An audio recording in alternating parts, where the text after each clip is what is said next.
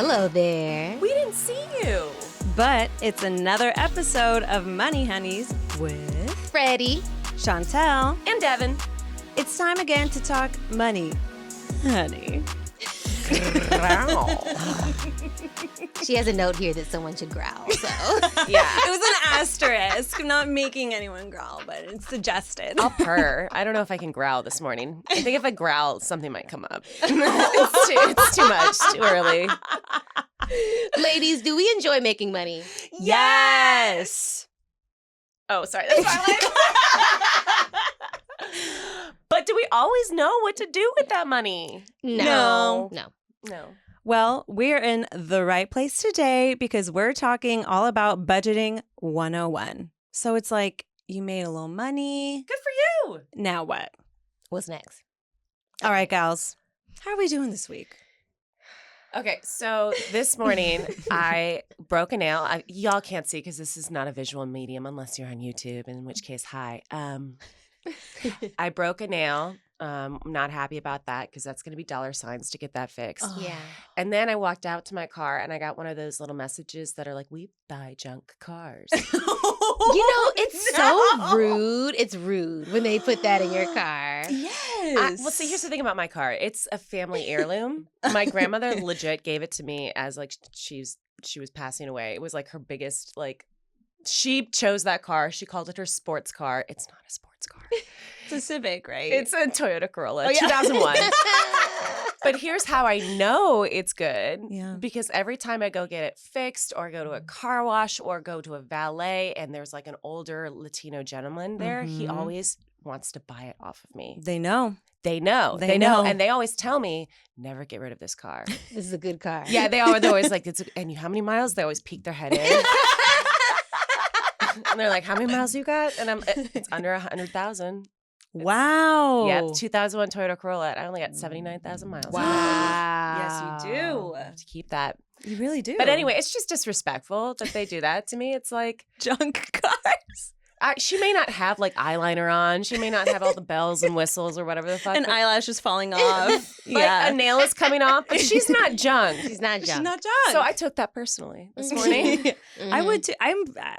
I took it personally when you said it. I feel like Fred and I were offended. Yeah, absolutely. I'm that Michael Jordan meme where he's like, and I took that personally. So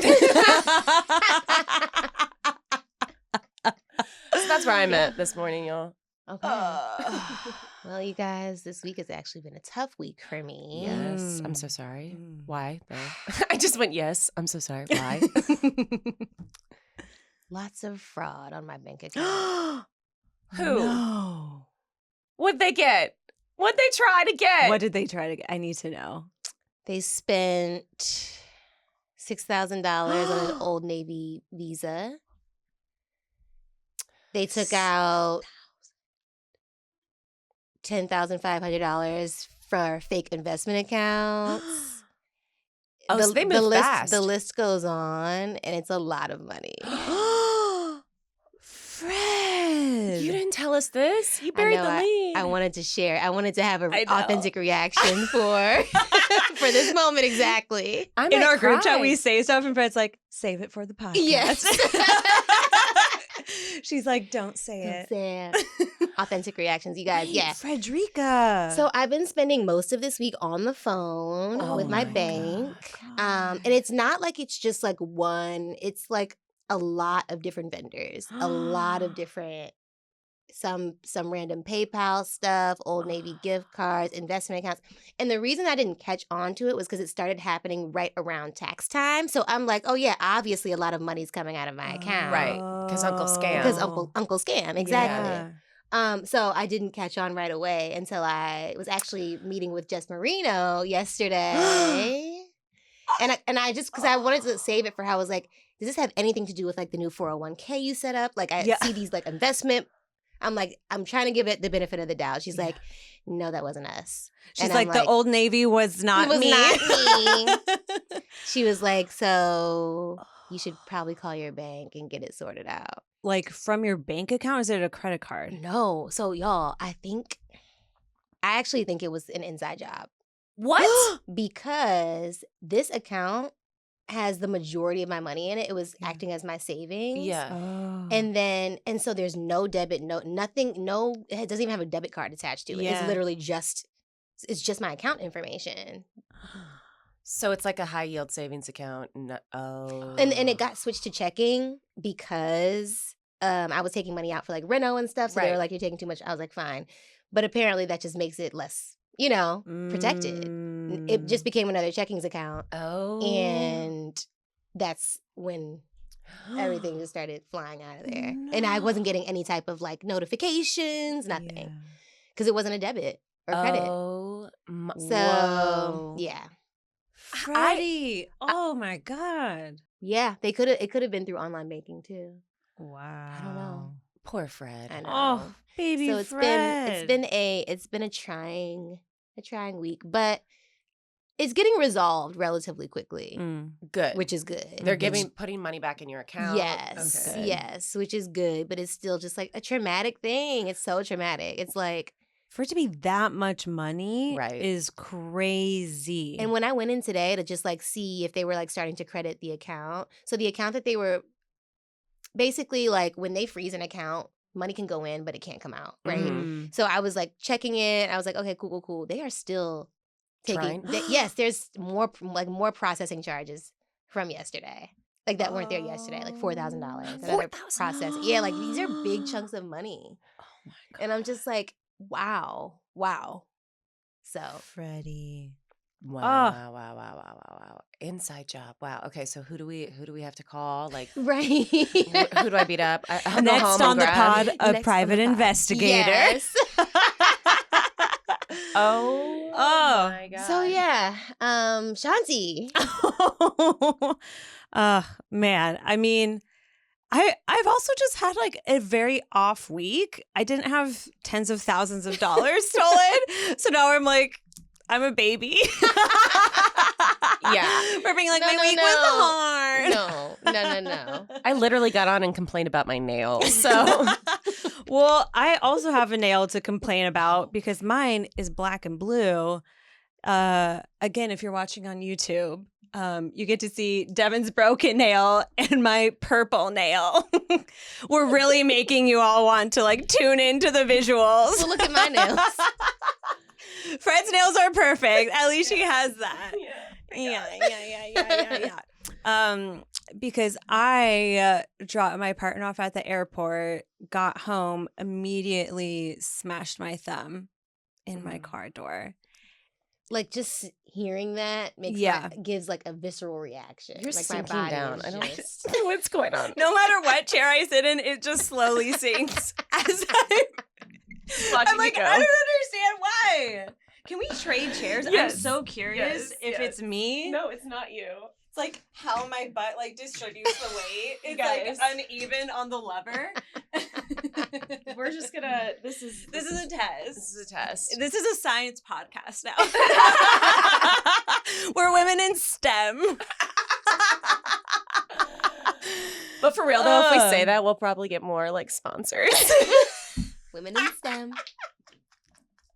Let's change the category of this podcast to science. I mean, the science of money. Yeah. I mean, yeah. Yeah. Anyway, so I smashed my thumb in the door. I don't remember the shit hurting as much as it has been hurting. It was crazy. It hurt for like 48 hours straight. And then finally yesterday, I was like, oh, okay, this is fine. I can like function without my thumb, but I can function. Because before I would like get up and walk around because I had like shit to do. And then like the blood would start rushing to it and it would start throbbing even more. Oh my God. And so it's like then I would sit down and it would be hurting like crazy. Just like the pressure that built up in my thumb was nuts. And then one day before this, I got electric drums and set them up. And I was really excited to be like practicing all week long. No. I know. It's had to wait. It's had to wait. Literally, I was there for like 2 hours, like plugging in all my stuff. You know, I like setting things up. You do. Reading all the directions. I love reading the instructions. God bless. Doing it all, whatever. And I was like, it's perfect. I had like one little night of like playing my grooves. And then the next day, The little thumb. I know. I hate that for you. I know. Thank you. We just can't have nice things, you guys. We can't have nice things. I know. Chantel can't even have a chair. Okay, so what's the The science? the Yeah, science? I'm not sinking, but also I'm tall, so maybe it's like the perfect. Oh, so you're like able to just be. Yeah, I think it's already Lower. down at Yeah. the lowest setting. Yeah. But it's fine. But I think I raise it up a lot. One, because I'm short. Two, because I have a disproportionately short torso. There's like very exciting things today, right? Very bodily. Didn't expect it to be as bodily as it was. Super bodily intro. I'm into it. This It's Money Honey's the Yes. body edition. Next week will be face. Next week will be hands. sinking our teeth into this one, gals. Oh my god. Anyways, I don't remember what the segue is, but Well, okay. Let's So my get back, drums. Yeah, let's get back into the drums. my drums that just remain unused. How expensive were they? How expensive? Yeah. Uh-oh. Okay, so here's the thing. Y'all know I'm cheap. Mm-hmm. Okay. My partner is not. I don't know if I knew you were cheap. I'm Mexican. She loves a budget. Got I it. love a budget. There's kind of no budget for these. It was spur of the moment at the time, but I had been thinking about them for a while. Okay. And then my partner's like, it'll make you happy. Let's just do it. And so the next thing I knew, we went from a bridal shower to Guitar Center, and then there were drums in the car. This is heartwarming. That's so sweet. Yeah. I love this. Yes, It's very sweet it's so funny. and random, And but also random. very sweet. But also very y'all, you know? Yes. Go from a bridal shower Uh-huh. to Guitar Yeah. Center.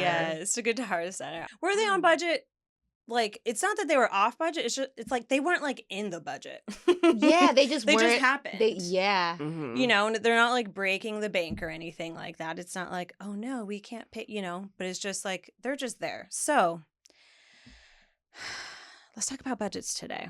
Oh, yes. I Because would it's- love to talk about budgets. Yes. I mean, I think we're on the brink of a financial collapse in Mm. general. Fun Fun. stuff. Fun, cute stuff.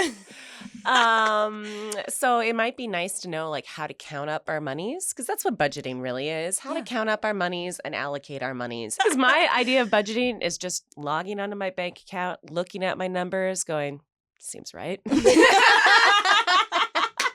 No Old Navy Visa charges. I'm good. There's no Literally, strategy. right. There's nothing there. Just me glancing. Yeah. I had a budget like way back in the day. And then now, as like salaries have changed, finances have combined, like I'm the one who pays all the bills. And so I'm like, okay, I know kind of like there's kind of like a mythical number in my head that I'm like, oh yeah, no, this is fine. Mhm. We're good with this. But I'm like, budget? Who is she? Who is she? I've known her before. Yeah. I stay looking at all the bank accounts. I'm like, what was this $2 charge for? And my partner's like, I've also been frauded a few times. And so I'm like, I just need to make sure that like our Amexes are not getting hacked. Mhm. I need to be more on it like you. Maybe Yeah. I would have seen those old Navy Visa credit card charges I mean, earlier. it just, you can be on it. And then the 1 week that you're busy, you won't check it. And Yeah. then that's when it'll happen to Mhm. you. You know, It's not you. I was on TikTok the other night, and Old Navy does has some really cute like onesies that some girls, some hotties on TikTok were wearing and talking about, and I was like, wow, maybe I should go to Old Navy. Maybe they cleaned them out. Honestly. They were really cute onesies though, Fred. So you can't be that mad. No. I refuse. $6,000 is a high price for those onesies, but they're really cute. I'm gonna send you a link right now. Send me the link. Send me the link. Okay. You appreciate fashion. Yeah. Oh. But anyways, so I have a guest here today. Oh my God. Yes. Wonderful. He's a financial planner. His name is George Azar, and I want to bring him on, and he's going to talk to us about budgeting, and we're going to play a little game called Money Myths. We love a game. Oh my God. Find out what it is After the break.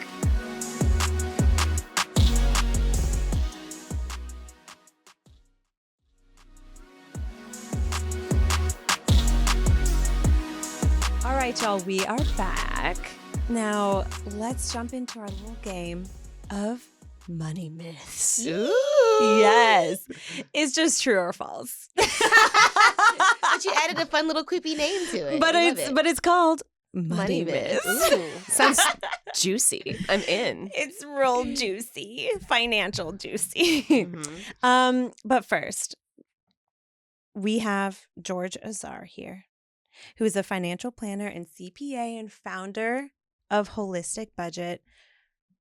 George, tell us a little something about you, about your business, about everything that you do. Yeah, no, thank you so much for having me on. This is so great. I'm loving it. Thank you for coming. Thank you. Yeah, I started Holistic Budget actually a few years ago. It was around my own struggles with money. Funny enough, I'm a CPA and I have struggles with money.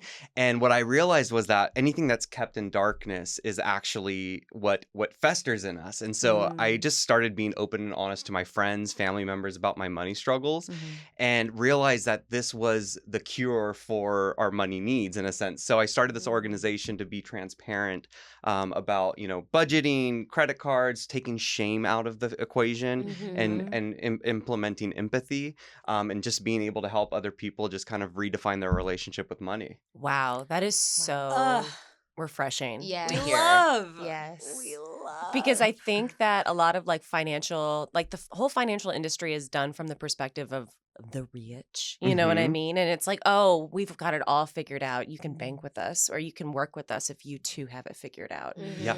But the fact of the matter is you can't, and this is something my dad said to me a long time ago, and it's resonated throughout my life, but you can't be bad with money if you don't have money. And I think a lot of times people get money, start making money, and they don't know what to do with it because it's the first time they've ever really had it in their lives. And then the shame comes in, right? Yeah. And then we're like, oh, what's wrong with me? Why don't I know these answers? Blah, blah, blah.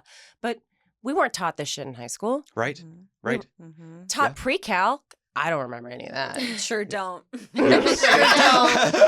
No, or geometry or No. all of that. Yeah. Absolutely. And you're absolutely right. And I think I have a theory. I'm just saying it's a theory. I think that there is a much more sinister plot in that with companies keeping people dependent upon the system because where there's no knowledge, there's dependency. And so I think that financial literacy, how to do your own taxes, like all these different types of like understanding the financial structures and everything. I mean, they are complex, I believe, for a reason. And so being able to bring education and knowledge into this subject that literally impacts every single person's life is foundational. Yeah. Wow. Let's do it, George. Let's do it. I'm Let's do inspired. it. I'm so inspired. I feel like the American flag should drop behind you. With the gay and the trans flag too. Yes. Our American flag is that. Yeah. Yes. I love it. Amazing. Okay. We love getting expert answers to our questions. Yes. So I'm going to say money myths. Okay. The three of us will say our answers. And then George will tell us what the actual answer is. Oh, thank God. Okay. Thank God. And George helped me come up with these. So some of them I don't even know the answers to. Okay, great. Okay. Love it. Money myth number 1. It is best to pay off your student loans as quickly as possible. All right, I'm going to hop in here. Yeah. Okay, so I think it's best to pay off your non-federal loans or non-government loans as quickly as possible. Your Discover, right? Your Sally Mae, all that bullshit, because that's where they can hike up the interest rates. But with daddy government, fuck him. You know what I mean? That's my theory. They can wait. They can wait until they give me my full autonomous rights. Thank you. Thank you so much. So your answer is true. Yes. Okay. True-ish. True True-ish. 50%. Yes. Yeah. Okay. I'm going to say false. I don't really have an explanation. I feel like there's because how do you pay them off and save and like do everything else you need to do in life, right? So I'm just kind of like, I think you can start paying them, doing what you can with what you got. But, as quickly as possible, I don't know if it's realistic. Okay. I'm going to say it depends because I think with loans in general, it depends on what your interest rate is. And so if you have something that's like a really, really low interest rate, it might not make sense to like be kind of pushing your money towards that. Versus if you have something that's a really high interest rate, then it's like, yeah, get that shit down as quickly as possible. So I'm almost. I'm also in the middle. Yeah. Yeah. Yeah. What's the answer? The answer is exactly. It depends. It's so yeah. So there's the unsubsidized. There's the subsidized. And so what's subsidized means that the federal government has subsidized the interest rate. So it's a lot lower interest rate than probably a private practice loan. Now it depends on your situation. So there is the public service forgiveness. So if you work 10 years for either a U.S. Governmental agency or state agency or a nonprofit 501c3 over the course of 10 years, as long as you're making those payments every single month, you're not delinquent, then there's that forgiveness. Now, that's just in principle. It's not in practice. And recently in the news, I think they said like 95% of the people who actually qualified didn't end up qualifying because the Department of Education is under a lot of stress and it's just a mess right now. Anyway, but all that to say, so if you are a governmental employee or you qualify for that forgiveness, then doing the minimum over the course of 10 years is proven to be the best option.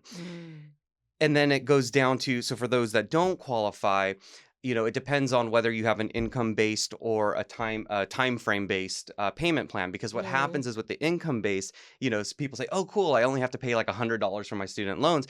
But the interest is constantly accruing. So that's where you see these people, they're like, I started off with $40,000. Now it's at $120,000. So paying it off as soon as possible, getting on one of those term limits, whether it be a 5, I think it's like 3, 5, or 10-year program, those are the best because it's the least amount of interest and it's a guaranteed time frame. As long as you're making those payments, it's guaranteed that it will be paid off within that time frame. Where if it's income based, they're like, oh, you only make $20,000, so you only have to pay $50. And meanwhile, these predatory agencies, and I could say that because they are predatory, right?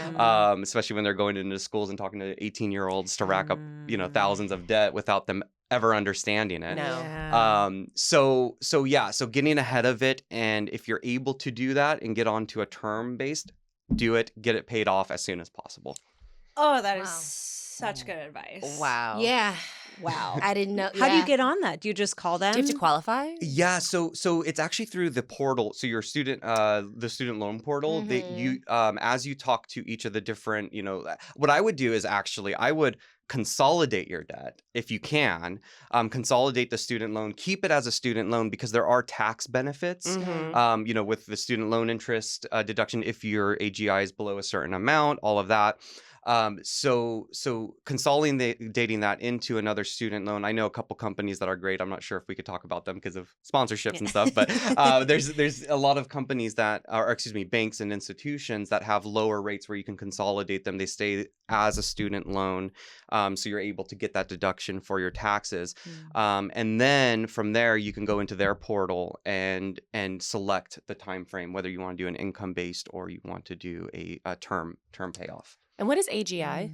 Oh, sorry, your adjusted gross income. So that's yeah. So it's like your income, all of your income, and then there's some other factors that play into it, whether they subtract if you're self-employed, all that stuff. But that your AGI is line 11 on the 2021 1040 form, IRS 1040 form. You make these forms sound so cute, George. I try. So cute, so fluffy. Yes. Check line 11, y'all. Win a prize. Yeah. First one to tell their AGI. Use code George. Wow. We got to do a whole student loan with our friend George here. Okay. Yeah. Money with number 2. Bank accounts impact your credit score. Bank accounts. So like Fred's that just got hacked. Yeah. I feel like yes, because like if you yeah, absolutely. Because when I go and check my credit score, they show me how much money I have, and then how much credit I owe, right?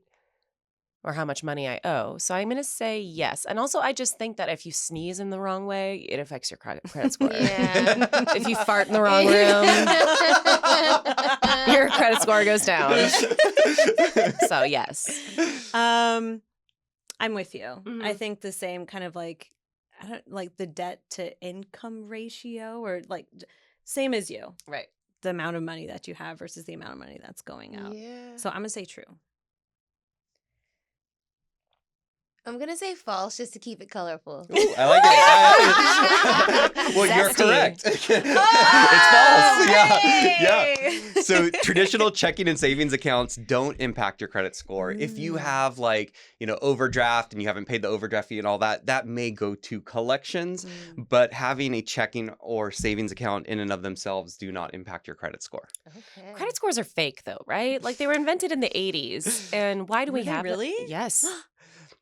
Yes, credit score. So it's funny because exactly. So before the credit score, it actually was based off of your reputation. So like you'd go to a bank, they, you knew you were credit worthy.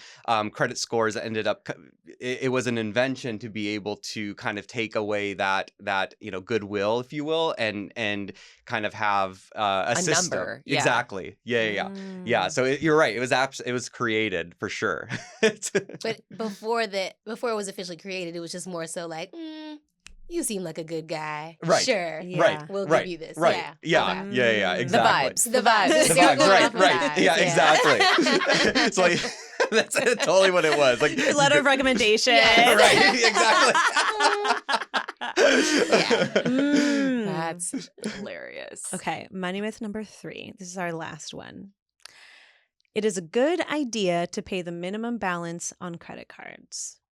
Oh, I know this one. No. You got to pay it all, baby. Yep. That's how I feel too. Same.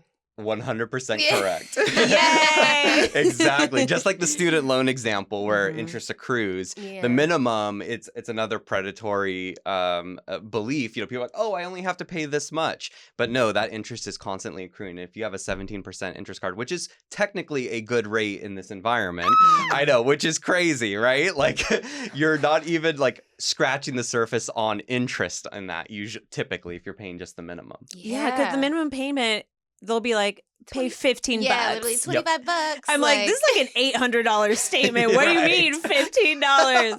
I pay all my credit cards on Sundays.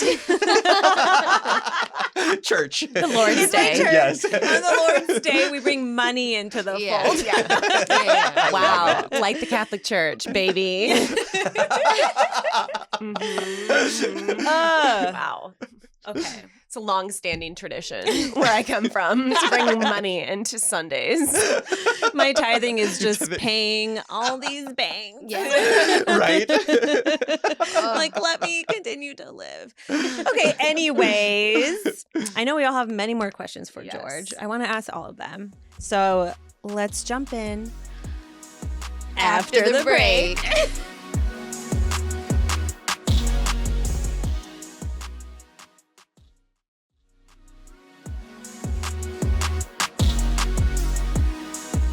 Welcome back, everyone. Feels good to be back. Feels good. Feels good. All right, George, I want us to get right into it.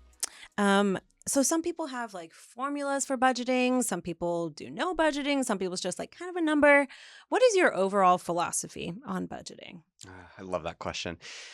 It's so funny because the understanding of budgeting is one size fits all. So you sit down with a financial planner, they're going to say, okay, what are your goals? And then they're like, it's almost like they like negate the fact that you even give goals in the first place. Cause then they're like, you need to do 20% to retirement. You need to do, 10, 15% to savings, all of this stuff. And what I learned is it's so constricting. Like for me, I'm not that way. As much as I am a numbers person, analytical, I also have a creative side. And so for me, like sitting down and looking at a budget, it's always, my saying is a budget is a blueprint, not a constitution. And what I mean... Put that on a hat, George. Yes, right. right? Shirts and tees and cups and all that. Merch. Yeah, right. Because like a blueprint can always be changed. You know, the city comes in and says, "Hey, you can't put a bathroom there." Okay, cool. We're gonna redraw the blueprints. You know, where a constitution, it's set in stone. I mean, yes, you can have amendments, but as we know in the current political climate, it's stupid and impossible to do an amendment for women's rights and everything. That's where we are right now, you guys, as recording this. Yeah. Yes, the leaked Supreme Court doc happened 2 days ago. It is fresh on the brain. Yep. Very Yes. much so. Yes. Very much so. I would like a full refund on my taxes. Right, exactly. Right. Exactly. You. Right. Thank When you pay you. for a service, you should be able to, I'm not happy. The customer guaranteed 30 day guarantee.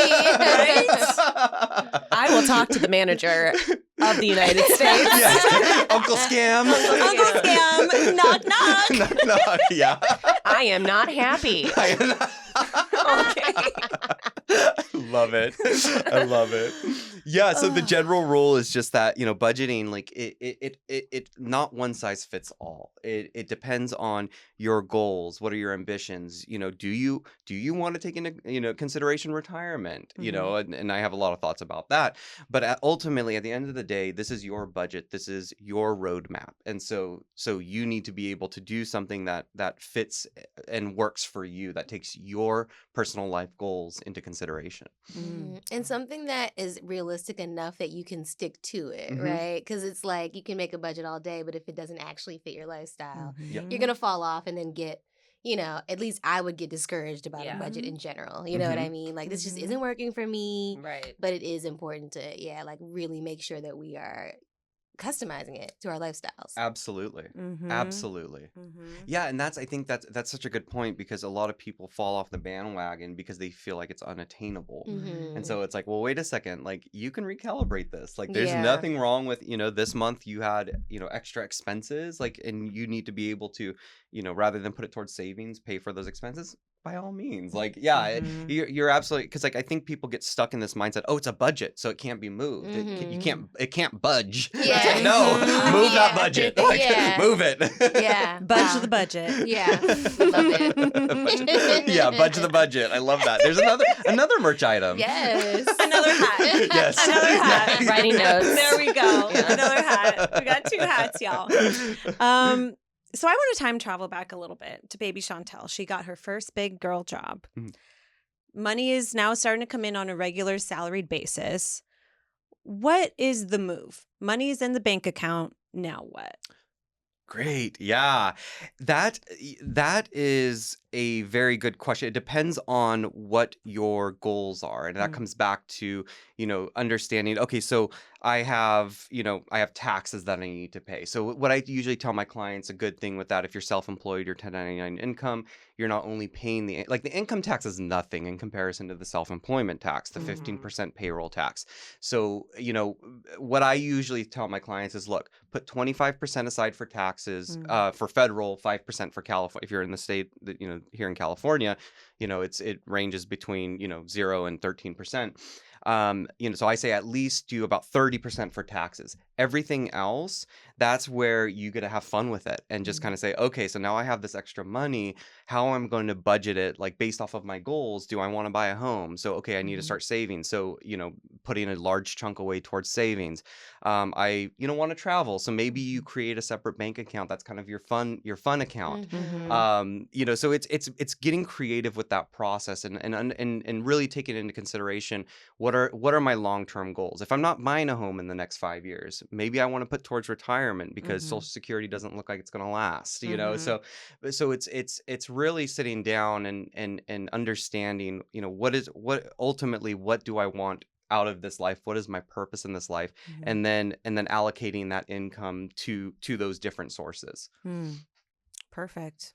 Okay, so I have a question. Yeah. I'd like to take it back to present Devin. We're going to get back in the time machine, take it today. So I don't have a fixed income. I'm a freelancer. I have gigs over here, gigs over there. How do you budget when you have a variable income? Yeah. Because I get frozen and overwhelmed when it's time to sit down and actually write down the numbers and all the little envelopes and everything because I just don't know how much is actually coming in. Yeah. No, I love that. Sorry. Oh, yeah. And when, because the net 30, the next 60, like all that is really stressful and like confuses you budget wise per month because it's like, well, I did this work this month. I'm supposed to get it next month. It hasn't come yet. What do we do? Yeah. You know? Yeah, absolutely. And that goes back to the 30% for taxes. So if most likely if you're getting variable income, you're self-employed, you're getting 1099 income, being cognitive of the fact that you are required to pay quarterly estimated tax payments. If you don't, you get penalized at the end of the year. But that it's usually a small penalty. So at least putting that amount aside, saying, okay, I have 70% of this income to work with. There's something in the financial industry. It's called an emergency fund, and what an emergency fund is 3 to 6 months worth of living expenses saved away in cases where you have droughts. So it depends on the industry, the stability of that income. So someone who is, let's say in the entertainment industry who is self-employed, 6 months is a good idea. Now I take that living expense and I put it on steroids a little bit, and I say also put your extracurriculars. So like, you have $200 a month for entertainment, add that to it too. So you take that, whatever that number is, let's say, rent, utilities, groceries, entertainment, and let's just throw savings in there for the hell of it. It's $2,000. That's a good deal in Los Angeles. You take that $2,000, you multiply that by 6, you should have a fund of about $12,000 just for those emergency situations. So it's an emergency fund. If you're if you have a stable industry, you are getting regular payments, every 2 weeks, a check or a paycheck or anything like that, 3 months is recommended. So yeah, having an emergency fund it gives you that peace of mind and knowing that I can survive for at least 6 months without income, knowing that it's coming in variably. Without even having to change your lifestyle. And then if you do want to change it, like, okay, let me scale back on the entertainment portion of it, then even that extra $200 that you're putting in for that can sustain you a little bit too. Exactly. But what if you already had that established? Like, so if you great, we got it. We've worked a couple years. We've got that, $12,000 for an example. Then how do we go ahead and like make the blueprint for what comes next? I know we talked about like establishing or figuring out what you want in your life, and like, is it selling or is it buying a house? Is it buying a car, et cetera, et cetera. But it's really hard for me to figure out the percentage of what I need to put down for all of those buckets when I don't know how much I'm getting in. Because like on 1 month, it could be like, 20% for a car payment or whatever. That's nothing because I did well this month. But then the next month, that could be really hurtful. You know what I mean? No, that's a very good question. Especially when you have variable income. So the general rule is, 30% of your income should be going towards living. So that's like rent or whatever, like 30 or less. Not saying you should max out at 30. Right. So if you're able to have a benchmark and say, okay, at my lowest, this is how much I will be getting per month. And then taking that amount, let's say it's $1,000, and then say like for, like for auto, for instance, making it like 10 or 20%. Like I know that I can't buy a vehicle that's more than $200 a month. Right. So taking into consideration the lowest part of the month of your income is usually the best way for those types of expenses. So knowing that when you are doing well, great, like you have a discretionary income that you could put into other buckets. But those so I actually, through the workshops that I do, we go through and we take a look at all of your living expenses. So your rent, your car, your all that, and we say, okay, so this is my current situation. This is how much I pay. Then we take into consideration what are some alternatives that I would be willing to, whether it's riding the bus or, doing, buying a cheaper vehicle or finding a roommate or anything like that. And that kind of gives the person, not that you have to make those decisions right away, but it gives you the flexibility in knowing that, okay, so if I am going through a drought, I at least know I have these backup options that I am comfortable with to be able to enact those, and go into it. So yeah, if you're don't go out there and buy a Lexus. Like that's right. The biggest thing about budgeting is with your living expenses, your rent, your utilities, groceries, all of that, those are the things that you want to scale down the most because those are the things that are going to be constants in your life. And so it's like you want to be like, okay, like I want to, like I'm okay with living with somebody else, or I'm okay with living in, a cheaper, a studio or whatever it is, because that will give me the peace of mind in knowing that if push came to shove, I am not allocating a large portion of my income to these living expenses. That makes so much sense. It does. And also that's Yes. exactly how I operate. It's so interesting with like, and I've always been this way with like apartments and cars. I will find the cheapest option. Like I will. Like it's like I will find it. Love it. Love it. I will find You're it. speaking my language. Because I know, because the idea of having to spend like with having that constant like exorbitant amount every month is going to stress me out than more than like having these smaller fixed or not, smaller than what I would, maybe in a dream world have, like live in this big, huge house or have like a Lexus or a Mercedes or something. But like that stresses me out more than just having like lower item, like lower cost for those items, and then being able to have more money to play with. Now, I probably play too much. Hey, you have that play too much, then. but I'm able to scale that back easily. Yeah. Yes. Because it's just something extra. Exactly. So much easier to say, I won't take that trip next month than it is to be like, I can't pay my car payment. Or I can't pay my rent. That gives me nightmares. Yep. Yeah.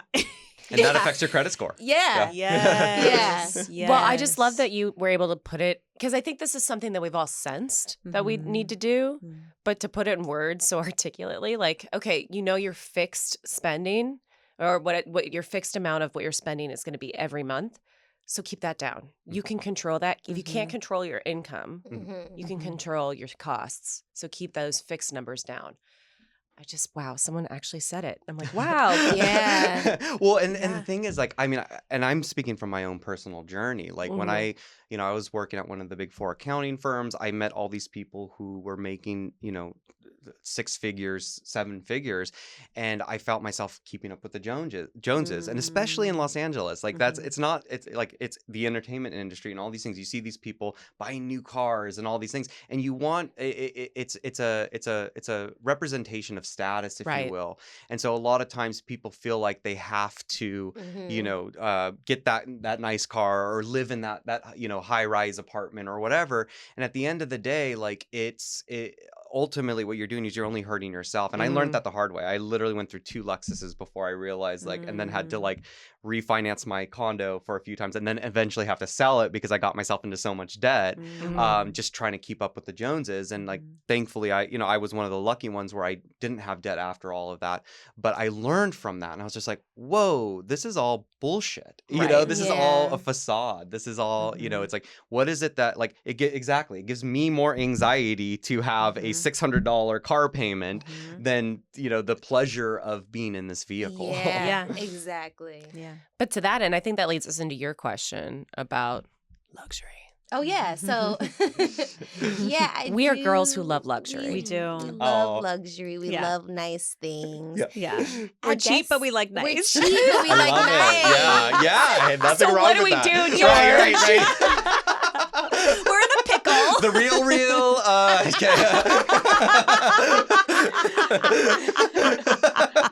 Is that real? Yes. Oh my God. Yes. We know. You're speaking my language. But yes, so the actual question is, how do I effectively budget without giving up like what feeds my mental health? And that could be anything for anyone, but for me, and I think for all of us, it's luxury. Yep. Yeah. I love that because like mental health in such a, especially being in a westernly dominated medical society, Right. we don't value mental health, you know, and so like Mhm. unfortunately, you know, the doors have been like you know, flung wide open as far as like, you know, people saying, you know, try this, you know, like connect with spirit in this way or what. I went through this LA spirituality where I was just like, I was buying all these gems, I was doing all these things, you know, like going to all these courses. Like this guy like promised me if I bought this package series, he would heal me, you know, all these things. So Like, LA. So right? LA. It's so LA, So like, you LA. know. But it's taking like what I learned along that process too, because like, you know, buying all these like eye creams, all these things, like I like my nice things too. Like I have no problem saying that I have a membership at the Beverly Hills Rejuvenation Center because I like to get my IPL and all that stuff. Like, you know, Ooh. like so like Yes. yeah, so like it's like taking the shame away from that without Yeah. being exorbitant. You know, it's like, okay, so Mhm. what are the things that bring me joy, Mhm. but are not making a everlasting impact on my trajectory as far as my financial goals. Mhm. And it's an individual thing. You know, for me, what I realized was that like Sundays are my quote unquote Sabbath, where it's like that's my self-care day. That's where I, you know, treat myself to something like it's putting these like incentives and rewards, and especially like around savings, for instance. Like, you know, people think, oh well, I have to save, you know, like set a goal and just say like, look, I'm gonna save, you know, $100 this month. And, you know, and if you reach that goal, take $10 of that and go have a self-care day. You know, like Mm. nothing, like reward yourself, like make it Right. fun, make it Yeah. like as you're like, it's not this, you know, it's not this process of, you know, just, you know, piling up, you know, like squirrels and, you know, it's like, Right. no, like this life is meant to be enjoyed. So give yourself Yeah. incentives and motivation to be able to, yeah, I think mental health is, it's categorized as a negotiable expense. I think it's right up there as a non-negotiable. Yeah. So It like has to be. It's a line item. It's a Yeah. line item. Yeah. absolutely. And it's a Mhm. very important line item because your mental health then affects everything else. Your living Mhm. situation, how you eat. You know, if you're not taking care of your mental health, you're going to go to McDonald's and, you know, Yeah. fill up on, you know, all these trans Yeah. fats and all these crazy, you know, Yeah. pesticides and shit. Like, Yeah. yeah. Especially for freelancers. It's like if my mental health is bad, it affects like The work. it affects the work. And then the Mhm. second that I'm kind of like, all right, I feel like refreshed and ready, it literally the next day work comes in through my email. Yeah. Mhm. Yeah. Literally. Yeah. Yeah. Yeah. You know? Just taking a pause and just like Mhm. trusting. Yeah. Taking care of yourself is so important. So yeah, it's, you know, you know, to make it more practical, you know, 10% of your savings, like, Mm. you know, maybe open up a savings account. And then, you know, once you get to a certain mark each month, take out 10% into, you know, another fund that you can just like Yeah, use a that fun as your like luxuries. Yeah. Yeah.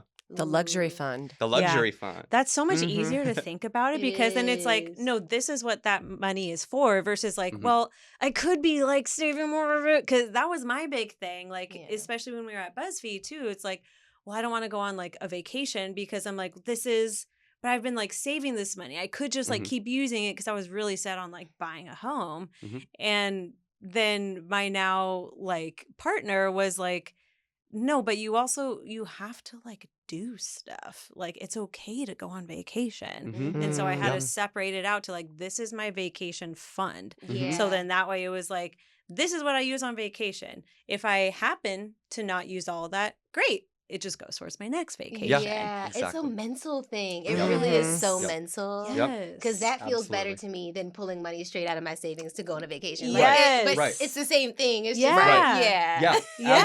Absolutely. Wow. Absolutely. Yeah. Yeah. Yeah, because then you enjoy it more too. Mhm. Yes. Mhm. You're like, ooh, this is for this. Yes. So I'm gonna I like earned this Yes. trip.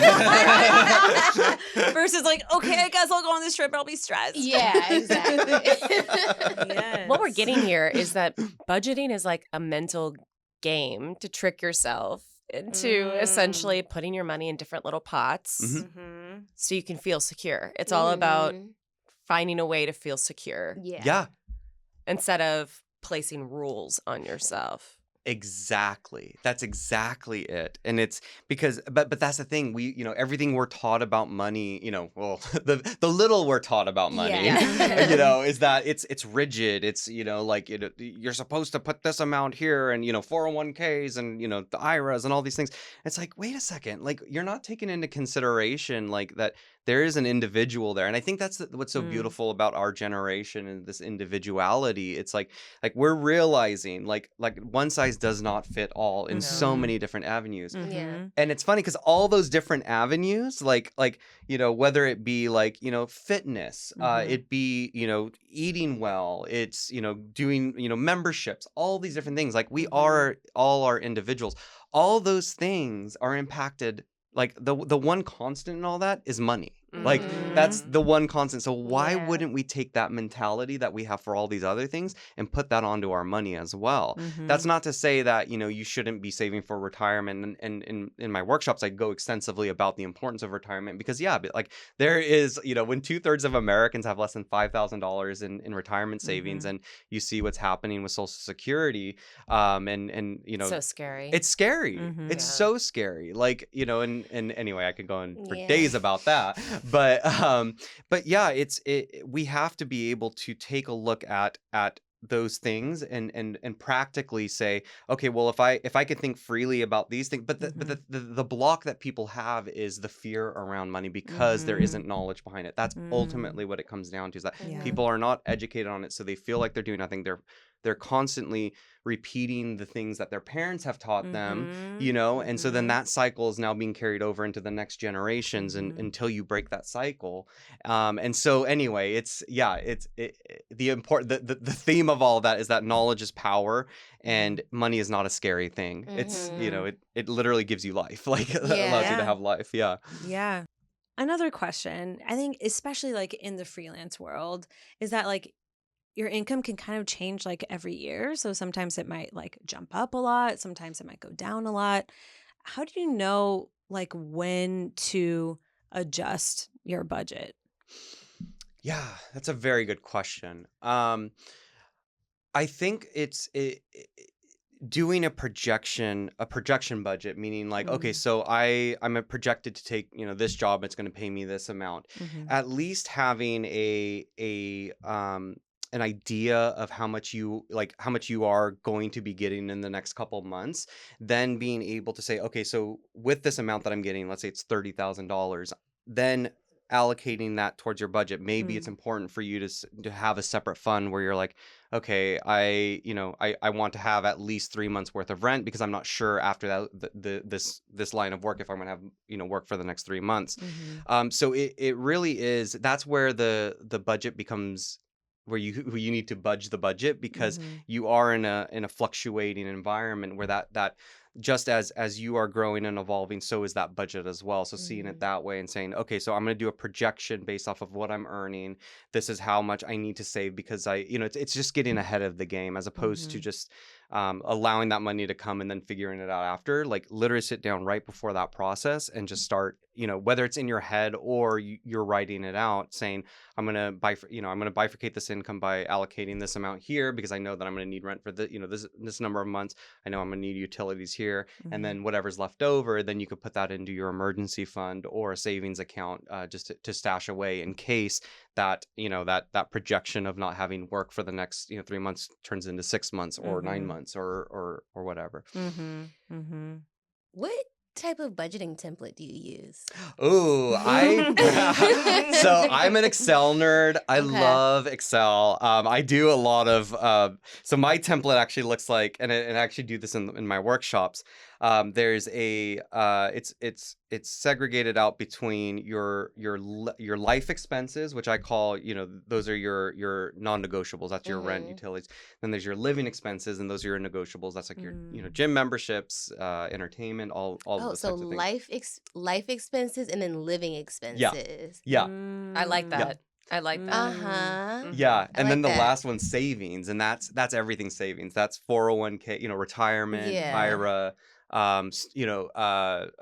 paying off debt, anything like that, or having an emergency fund. So yeah, so seeing it that way helps you kind of. So yeah, I have a column where I say, okay, this is my current situation, and then going back to that, what I was talking about earlier about like taking into different considerations, like I put in like a rough budget of like, okay, so if I was to have a roommate, this is how much, whatever, and then I just kind of see it that way and just saying, okay, so here, so like looking at my budget and saying, here are my options, because I'm also self-employed now. As of this year, I'm fully self-employed. And Hell yeah. It's amazing. And I love it. It feels so good. Yes. But it's also scary because it's like, I'm like, I don't know when my next paychecks or my income is coming in. Yeah. So it helps me to say, okay, if I am in dire straits, I can consider this recalibrated column and saying, okay, so I'm not going to shop at Whole Foods this time. I'm going to go to Trader Joe's and find organic food, or I'm going to, so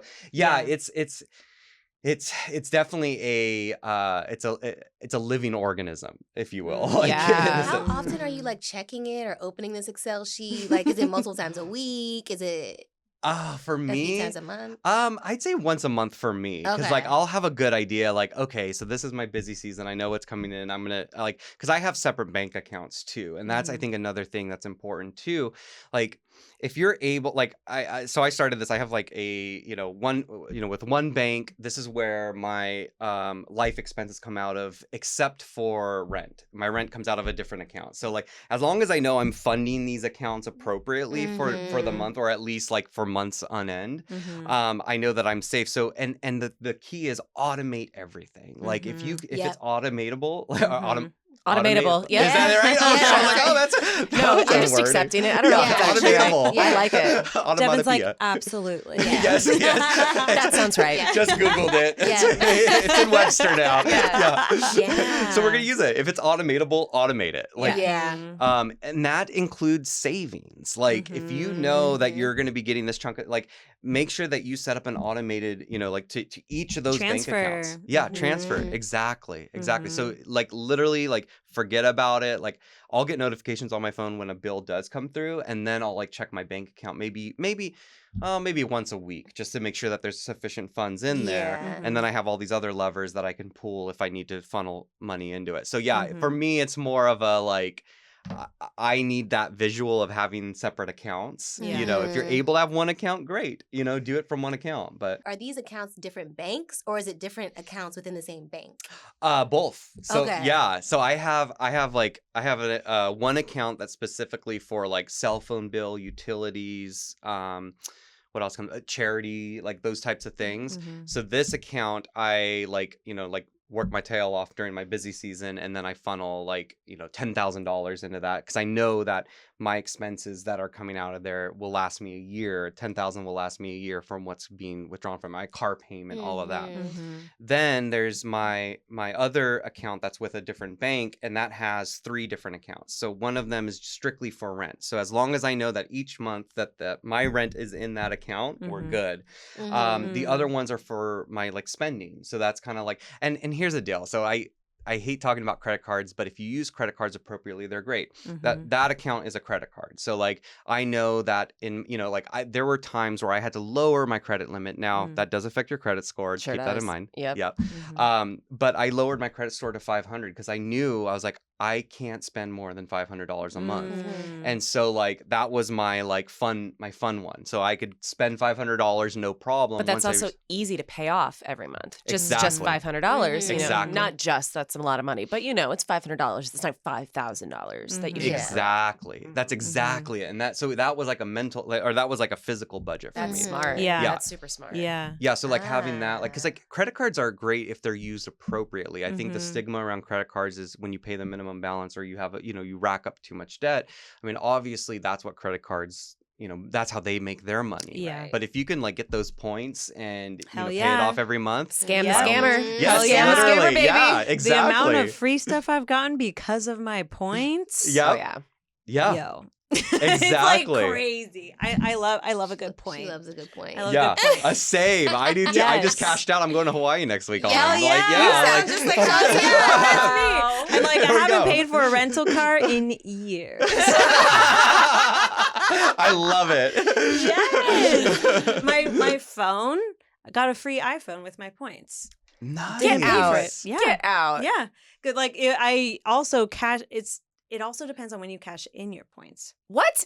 So when I cashed in my points, I have like a Chase Sapphire Reserve. That's like where I had these points, and at that time on the Chase website, your points were worth 1.5 points for Apple. Yes. And so it was like, instead of needing whatever, like 10,000 points, Right.